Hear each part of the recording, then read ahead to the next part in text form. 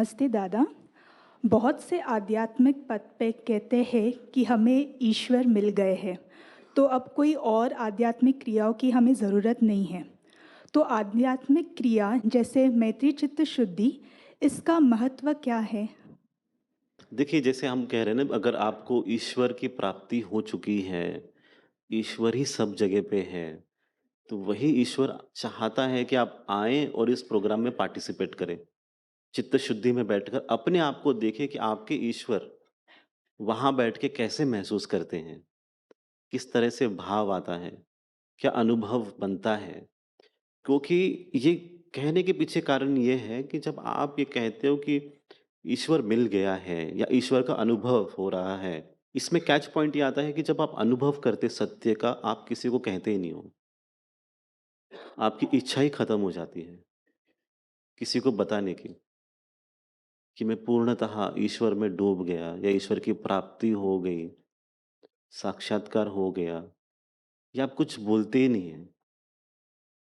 आप जब उनसे मिलते हैं तो वो आपको अपने जैसा बना देते हैं।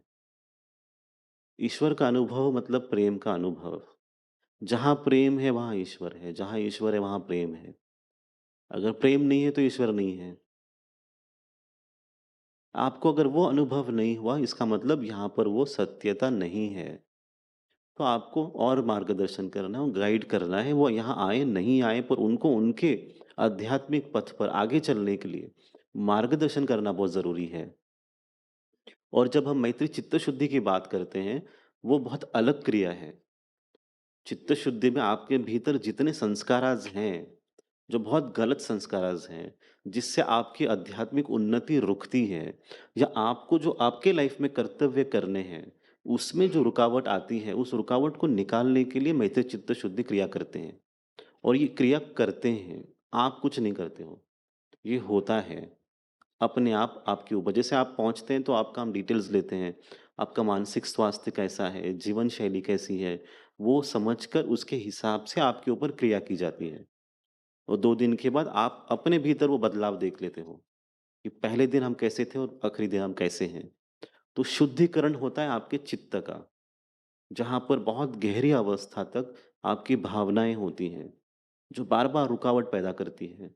तो उसे निकालते हैं इस प्रोसेस के बाद। और ये निरंतर चलता है। एक सर्विसिंग, जैसे गाड़ी को सर्विसिंग करते हैं, वैसे आपकी इंटरनल सर्विसिंग होती है। You come, get cleansed and be free. बहुत सरल है।